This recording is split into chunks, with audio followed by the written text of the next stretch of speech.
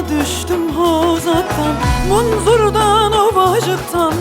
Yola düştüm Hozat'tan, ben bir zaza kızıyam, Derviş Cemal ocağından.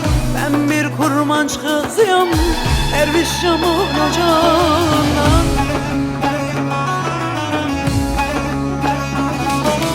Gel hele gel, gel bu yana, bir şey diyeyim sana.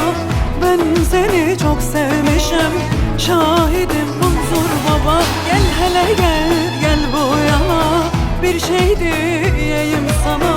Ben seni çok sevmişim, şahidim Munzur baba.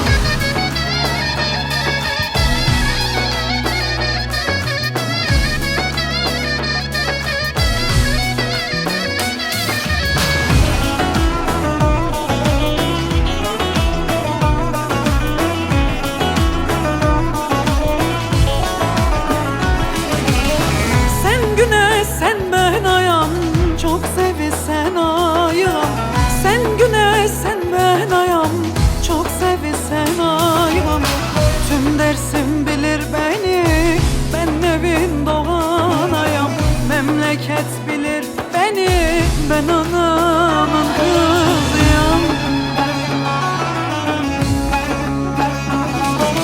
Gel hele gel, gel bu yana, bir şey diyeyim sana. Ben seni çok sevmişim, şahidim Munzur baba. Gel hele gel, gel bu yana, bir şey diyeyim sana. Ben seni çok sevmişim, şahidim Munzur